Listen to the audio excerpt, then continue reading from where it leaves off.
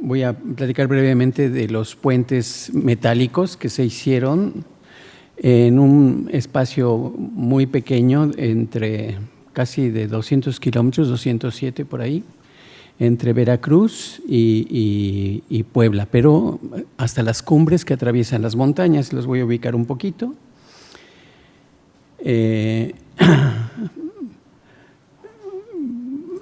Existen diferentes tipos de puentes y orígenes diversos que no me voy a detener aquí a explicar un poquito porque, digamos, por lo tarde, pero digamos las celosías de madera, los puentes de madera, cómo fueron evolucionando, los nombres, los tipos que empezaron a ser puentes metálicos, viaductos, etcétera, y la llegada del acero para la construcción de los puentes. Las partes que integran un puente y el puente que está en la frontera con los Estados Unidos, entre Matamoros y Brownsville. Y bueno, unas tipologías que agregamos aquí de los diferentes tipos de puentes. Perdón por lo súper rápido, pero la idea es llegar a esto, a ver el problema accidentado del territorio nacional. Había que subir cerca de 3.800 metros en tren, que era una proeza en esa época, porque las máquinas en terreno plano alcanzaban la estupenda velocidad de 40 kilómetros por hora y en subida no pasaban de 20, 30 kilómetros por hora, y había que subir 3.800 y después bajar al valle. Este es uno de los que desaparecieron, el de San Francisquito, que estaba en el estado de Puebla, y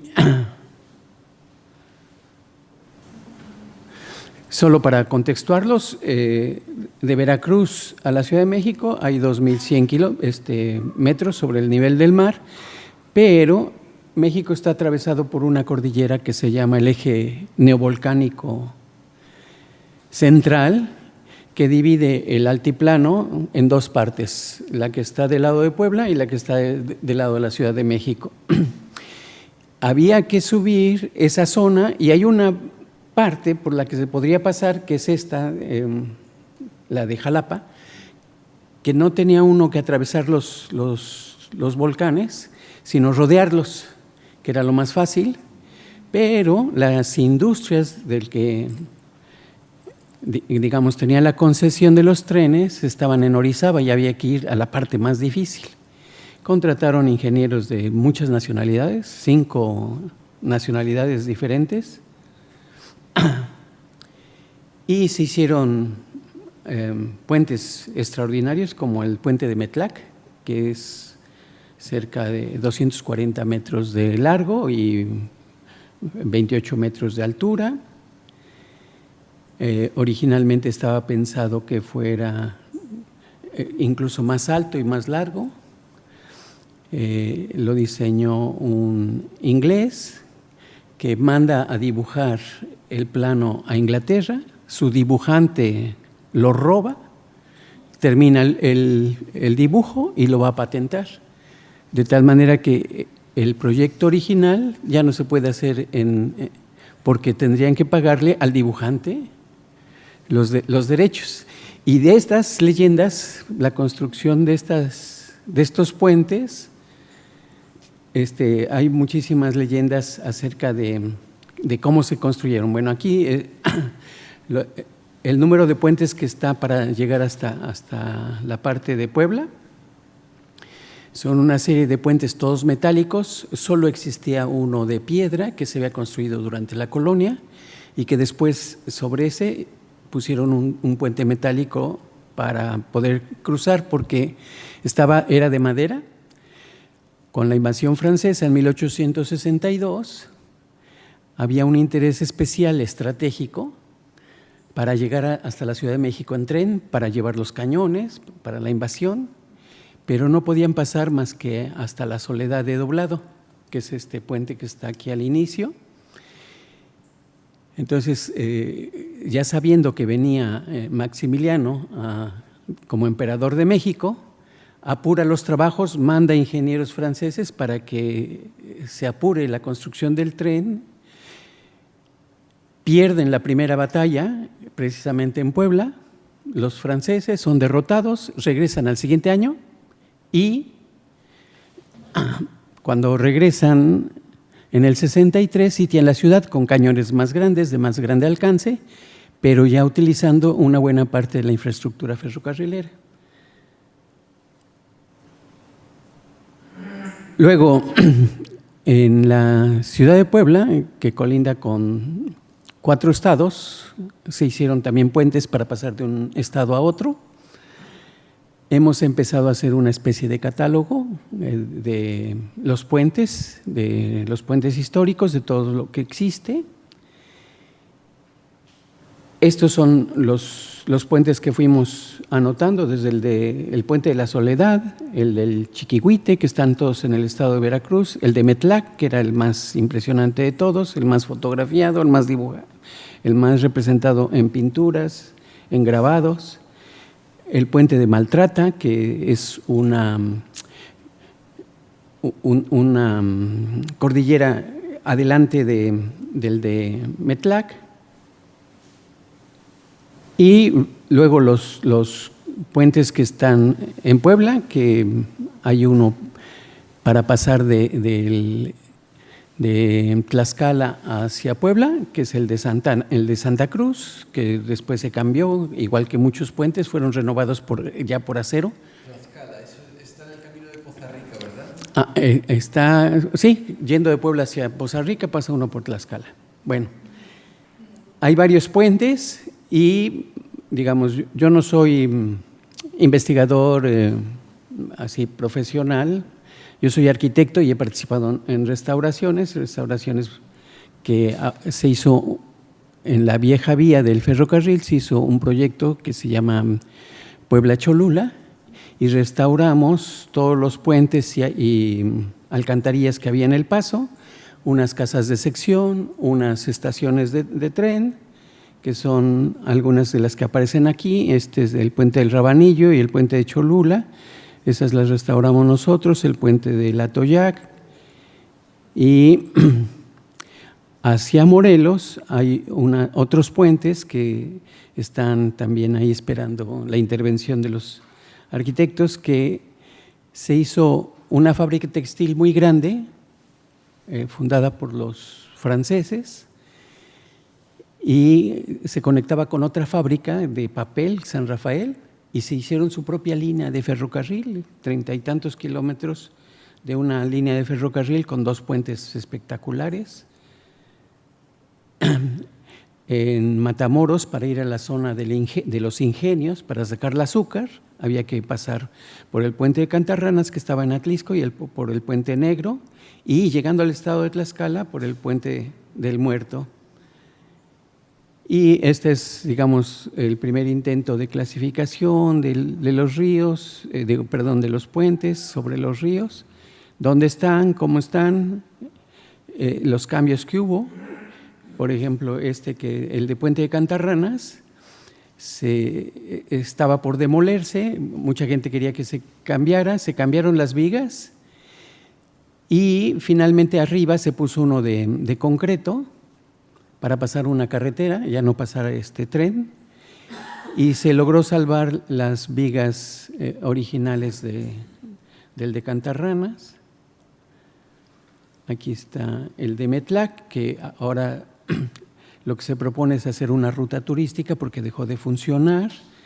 Se hizo un puente ya de concreto, todo derecho, ya sin la curva, por un espacio todavía mayor en longitud, que permite volver a recuperar todo este patrimonio que está ahora abandonado por la nueva ruta que tomó el tren.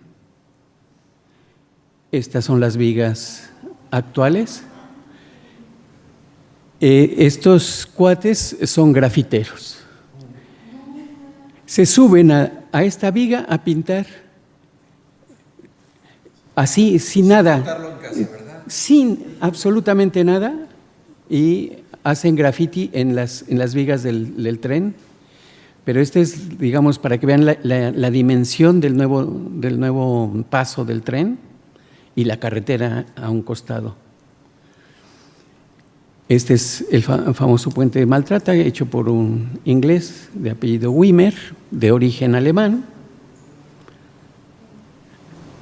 Este es el de Santa Cruz Tlaxcala. Esta compañía, Francis Morton y muchas otras, a las celosías originales las cambiaron por vigas, que eran primero las celosías eran de fierro, se cambiaron por vigas ya de acero, vigas sí, que eran más fáciles de transportar, venían en barco y se montaban aquí en todos los puentes. Este es el forro de las torres de apoyo, o machones, que también se llaman. Esto es lo que ha ido sucediendo con el patrimonio. Quedó enterrado el de Cantarranas, el de Metepec está destruido, se robaron las vías del tren y toda la madera. El de Tepeasco le pasó exactamente lo mismo. El de Chetla ha sido restaurado recientemente y habilitado como paso peatonal. Este es cómo quedó después de la restauración. Así estaba y quedó más o menos así como está aquí. Y este que todavía está abandonado y partes del tren, de las vías, del tren todavía quedan ahí, que no las pudieron arrancar. Y este es el trabajo que nosotros hicimos, de intervención del tramo entre Puebla y Cholula para hacer un tren turístico de Cholula. Estaban las vigas ahí y muy deterioradas. Lo que hicimos fue poner vigas a los costados para mantener la idea original del puente y no quitar las vigas originales. Solo le pusimos barandales, accesos peatonales a los edificios. Lo mismo hicimos con el puente del Rabanillo, que hicimos, digamos, una propuesta en colaboración con la Escuela de Ingeniería, y este es el aspecto por donde pasa actualmente el tren. Este es el del Rabanillo. Hicimos también un poco de restauración en un puente de piedra, y en el Atoyac las vigas que tiene ahorita son de concreto, de las tipo Astro, que ya no sirven, que ya dieron de sí, pero tardábamos 3 meses en sustituirlas. Sustituyeron a las que eran de roble con creosote, ¿no? Sí, y como tardábamos tanto, y él está concesionada la línea a una línea que se llama Ferrosur de carga, se tuvo que suspender el cambio de las vigas de concreto. Este es el proyecto del Puente Unión, y lo importante es que en el siglo XIX, muy temprano, empezaron casi a la par que en Estados Unidos y en Inglaterra a construirse los puentes, gracias a que de España fueron a fundar la Escuela de Ingeniería y crearon la carrera de ingeniero civil y les enseñaron a hacer puentes. Así que los primeros levantamientos topográficos los hicieron mexicanos ya preparados en el Colegio de Ingeniería, que digamos hoy había un Real Colegio de Minas, donde se estudiaba ingeniería, y ahí se empezaron a educar los primeros ingenieros que hicieron puentes y que colaboraron casi siempre con los ingenieros extranjeros que llegaron por parte de las compañías que llegaron después. Primero, todo fue mexicano, impulsado por los hacendados, la gente que necesitaba mover sus mercancías. Llegó una empresa inglesa para hacer el ferrocarril interoceánico y compró todo lo que existía, las vías, digamos, anchas. Por ejemplo, de Puebla a una ciudad que se llama San Martín Texmelucan tenía vía ancha, pero ellos tenían una tecnología en sus locomotoras de vía corta y entonces cambiaron las… el ancho métrico y toda la infraestructura del interoceánico fue de vía corta, o de 91 centímetros de ancho. Interesantísimo el intercambio que hubo en tecnología y construcción, porque en el de Metlac se murieron 200 personas haciendo ese extraordinario puente enorme, pero que, digamos, poco se cuenta de las historias cuando se construyen las catedrales. La Catedral de Puebla tuvo una… En el embalse de Grandas de Salime, que salió en la jornada de la mañana, los trabajadores que morían quedaban en el encofrado de hormigón. Sí. Ni siquiera les sacaban para enterrarlos. En los años 50. Sí, bueno, tengo un caso extraordinario. Estábamos haciendo una restauración de un complejo que era una cárcel en San Javier, que se convirtió en el Centro Cultural Poblano, y nos avisaron que se había caído un trabajador en una de las pilas de la ampliación del estadio para el Mundial del 87, y entonces fuimos porque estaba mi jefe y todos los jefes estaban de visita en la obra y nos fuimos al estadio. Y fue impresionante porque no se puede recuperar a la persona, caen desde una altura y el entramado de la varilla es cerradísimo. Y cae la persona y se cuela toda y se queda sola embarrada la pura piel, el pelo, cosas así que dices, ¿cómo lo levantas? Es que del golpe. Y así muere muchísima gente en las construcciones. Y este puente de Metlac cobró 200 vidas en su construcción. Y me imagino que en todos los demás pasó exactamente lo mismo. Los estadios de Qatar que están haciéndose ahora pasa exactamente lo mismo. Después veremos tranquilamente con una cerveza el Mundial de Fútbol. Sí, acordarnos de la gente que murió. Sí. Bueno, pues muchas gracias y disculpen lo apresurado de la exposición, pero ya no quisiera entretenerlos más. Muchas gracias. Bueno, Eduardo, muchísimas gracias.